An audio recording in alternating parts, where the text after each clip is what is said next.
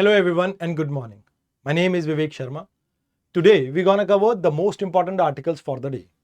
First article is related with government procurement of pulses. Second article गया mission के बारे में है.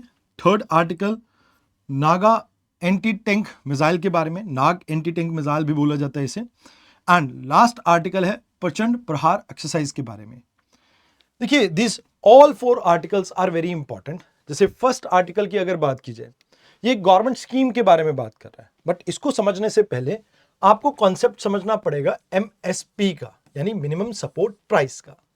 लेट्स से किसी भी क्रॉप की प्रोडक्शन से पहले, चाहे राबी क्रॉप हो या खारिफ क्रॉप हो, सीजन स्टार्ट होने से पहले गवर्नमेंट एक एमएसपी अनाउंस करती है, मिनिमम सपोर्ट प्राइस, जिसपे गवर्नमेंट प्रोक्योर करेगी आपकी क्रॉप को इन केस अगर मार्केट का प्राइस क्रैश होता है तो भी. मतलब लेट्स से अगर हम यहां पे कहते हैं कि पर टन जो वीट का प्राइस है, गवर्नमेंट ने डिसाइड किया वीट उगाने से पहले कि 2500 रुपए पर टन इसको परचेज करेगी, तो यहां पर अगर इन केस मार्केट में प्राइस 2000 भी चला जाता है तो भी गवर्नमेंट 2500 पे प्रोक्योर करेगी.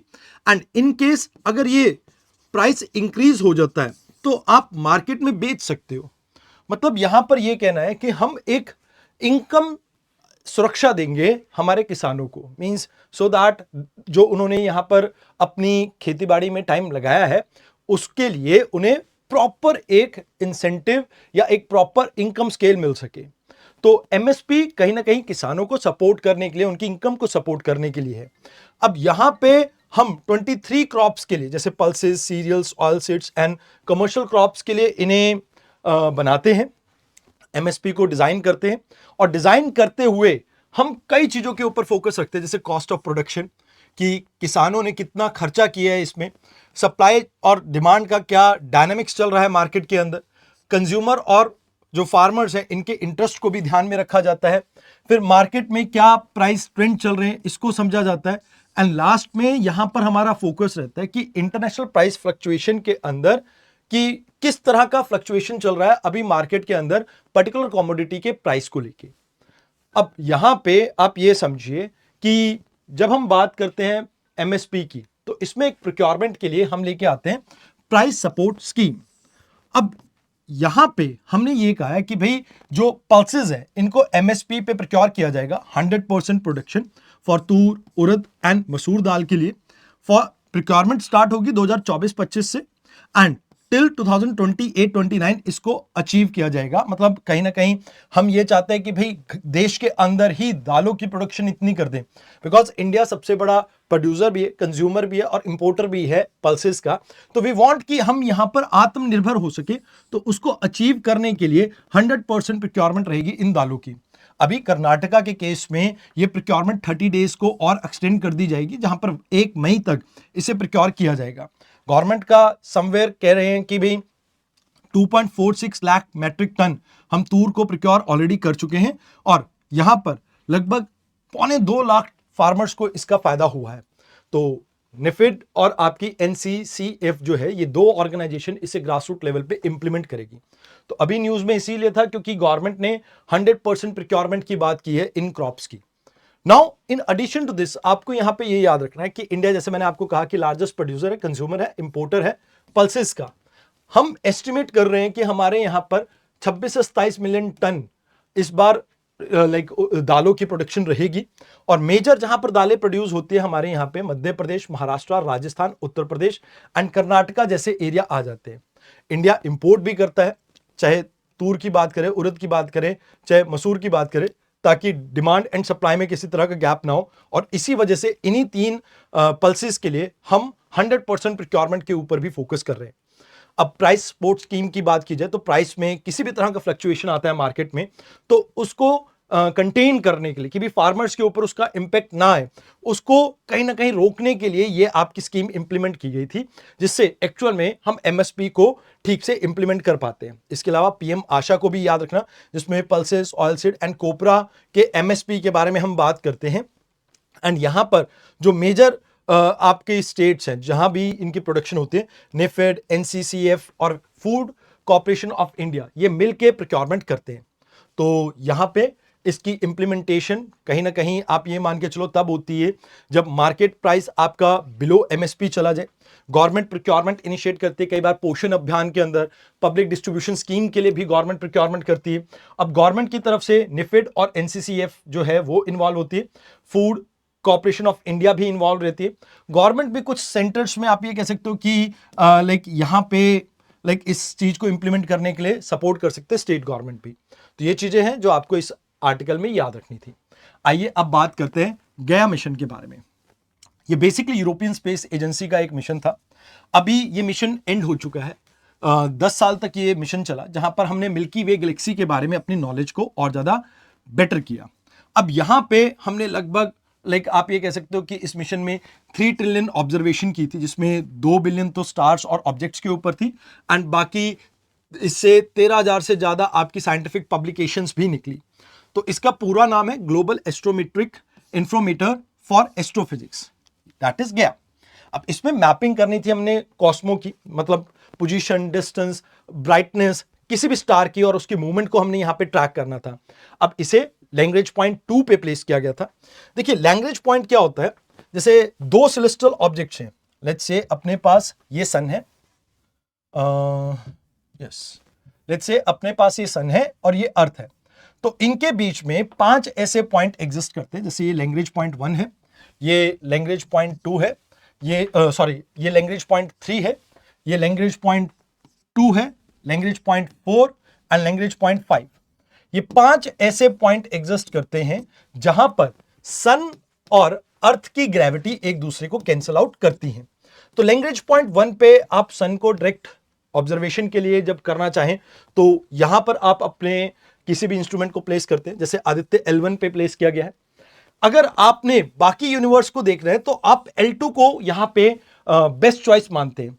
अब एक बात यहां पे ये आ जाती है, L1 L2 के अलावा L3 भी है, जहां पर आप सन के बियॉन्ड आप कुछ देखना चाहते हैं। L4 L5 बहुत रेयरली यूज किए जाते हैं। बट अगर बात की जाए L2 L1 L3 किसी की भी, तो रफली जैसे जो अर्थ से सन का डिस्टेंस है दैट इज समवेयर अराउंड आपका कुछ इतना है। तो इसका 1/10 जो होगा एक्चुअल में ये लैग्रेंज पॉइंट का डिस्टेंस होगा, चाहे L1 की बात की जाए L2 की बात की जाए। तो रफली यहां पर इसको 1.5 मिलियन किलोमीटर पे प्लेस किया जाएगा अर्थ से। एंड इसमें 3 की इंस्ट्रूमेंट यूज किए गए थे, एस्ट्रोमीटर जो कि पोजीशन और मूवमेंट को मेजर करता था, फोटोमीटर जो ब्राइटनेस को मेजर करता था, एंड स्पेक्ट्रोमीटर जो कॉम्पोजिशन एंड मोशन को मेजर करता था। अब यहां पे आप ये मान के चलो हमने मिल्की वे का पूरा एक प्रिसाइज 3D मैप क्रिएट किया। हमने मोशन एंड एवोल्यूशन किस तरह से हुआ स्टार का उसको समझा, एक्सोप्लैनेट्स, ब्लैक होल्स, एस्ट्रॉइड्स इनको डिटेक्ट करने में इसने हेल्प की है, एंड किस तरह से गैलेक्सी फॉर्म हुई उसके बारे में हमें स्टडी करने में इसने काफी हद तक हेल्प की है। तो these are the things that you have to understand in this article. Now let's talk about Nag anti tank missile system, that is निमिस। अब नाग की बात की जाए तो अभी गवर्नमेंट ने 2500 करोड़ का एक कॉन्ट्रैक्ट साइन किया है, जिसमें हम लाइक ट्रैक वर्जन ऑफ निमिस को क्रिएट करेंगे। इसमें DRDO के साथ मिलके ये इसको इंप्लीमेंट किया जाएगा, एंड ये फायर एंड फॉरगॉट बेसिस पे आपकी वर्क करती है। मतलब आपने एक बारी टारगेट लॉक कर दिया, उसके बाद टारगेट थोड़ा आगे पीछे भी हुआ तो भी ये टारगेट को जाके हिट करेगा। तो यहां पे हम इसे लाइक कह सकते हो कि हमने अपने आप से इसे डेवलप किया था। ये पार्ट है आपका integrated guided missile development programme का भी, एंड ये टैंक वॉरफेयर के अंदर हमें एक अच्छी कैपेबिलिटीज देती है। तो यहां पर अगर बात की जाए निमिस की, तो कहीं ना कहीं इंडिजिनसली डेवलप्ड है, तो आत्मनिर्भर भारत को प्रमोट करती है। इसकी रेंज की बात की जाए तो 500 मीटर से लेकर 4 किलोमीटर तक की इसकी रेंज है। देन यहां पर फायर एंड फॉरगेट सिस्टम, मतलब ये हीट सीकर्स रडार के साथ आता है, जिससे प्रिसीजन काफी हाई रहती है। एंड इवन आप ये मान के चलो जो लेटेस्ट टेक्नोलॉजी के थ्रू जो टैंक्स हैं इन्हें शील्ड किया जाता है, तो उसके अगेंस्ट भी ये पेनिट्रेशन आपका प्रोवाइड करता है। तो these are the things that you have to keep in mind in this article. Let's talk about the last article, प्रचंड प्रहार एक्सरसाइज। ये आपकी तीनों सर्विसेज को एक साथ इंटीग्रेट करने के लिए सर्विस कंडक्ट की जाएगी, एक्सरसाइज कंडक्ट की जाएगी। 25 मार्च से लेकर 27 मार्च तक इसे इंप्लीमेंट किया गया है। अब यहां पे ये ट्राई सर्विस इंटीग्रेशन की एक आपकी लाइक तैयारी है, जहां पर हाई एल्टीट्यूड यानी अरुणाचल प्रदेश में इसे कंडक्ट किया गया, जिसमें आर्मी, नेवी, एयरफोर्स इन सभी ने मिलकर पार्टिसिपेट किया, जिसमें long range maritime reconnaissance aircraft को यूज किया गया, आर्म्ड हेलीकॉप्टर्स को, अनमैन्ड एरियल व्हीकल्स को, एंड इवन आप ये मान के चलो कि वेरियस रडार्स वगैरह को इसमें हमने यूज किया है। एंड इसमें रियल टाइम सिचुएशनल अवेयरनेस के ऊपर हमारा मेजर फोकस था। एंड इससे हम ये इंश्योर करना चाहते हैं कि हमारी जो ट्राई सर्विसेज है वो एक इंटीग्रेटेड वे में एक्ट कर सके। यहां आपको इस पूरी अगर एक्सरसाइज की बात की जाए तो हमारी ज्वाइंटनेस को प्रमोट करता है, क्योंकि कारगिल वॉर के टाइम पे हमें ऐसा लगा था कि हमारी तीनों सर्विसेज के बीच में तालमेल की कमी है, तो उसको दूर करने के लिए इस तरह की सर्विसेज एक्सरसाइजेस कंडक्ट की जाती हैं।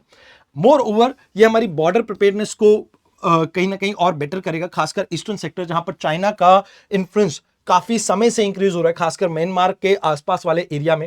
एंड इवन हम AI and network centric warfare के ऊपर भी इसमें फोकस कर रहे हैं, एंड प्रिसीजन सर्वेलेंस के ऊपर और स्ट्राइक्स के ऊपर भी हमारा यहाँ पे फोकस रहेगा। तो इन टोटल ये प्रहार एक्सरसाइज के बारे में आपका पूरा ब्यौरा था। अब बात करते हैं आज के क्वेश्चन की। 250 वर्ड का ये क्वेश्चन है, discuss the process of MSP determine in India, determination in India, कि कैसे डिटरमाइन होता है, कौन कौन सी कमेटी और कौन इसमें इन्वॉल्व होता है, वो सारा प्रोसेस आपको बताना है। Do you think the current MSP framework needs reform to make it more efficient for pulses procurement? Justify your view. मतलब आपने ये बताना है कि भाई अगर अभी जो पल्सेस का प्रोक्योरमेंट का प्रोसेस चल रहा है, क्या वो अच्छा है या बुरा है? अगर अच्छा है तो क्या अच्छाई है, क्या बुरा है, मतलब बुराई है तो क्या बुराई है, और यहां पे आपको उसके बाद कंक्लूजन करना है। तो ये इस क्वेश्चन का आपका पार्ट है। मैं एक बारी साइड हट जाता हूं जिससे आप इसका स्क्रीनशॉट ले सके, and make sure daily basis पे आप अपने आंसर की प्रैक्टिस करें, सो दैट मेंस के टाइम पे आपको किसी भी तरह की दिक्कत ना रहे। तो आज के लिए इतना ही था। आई होप आपको डिस्कशन पसंद आया हो। धन्यवाद।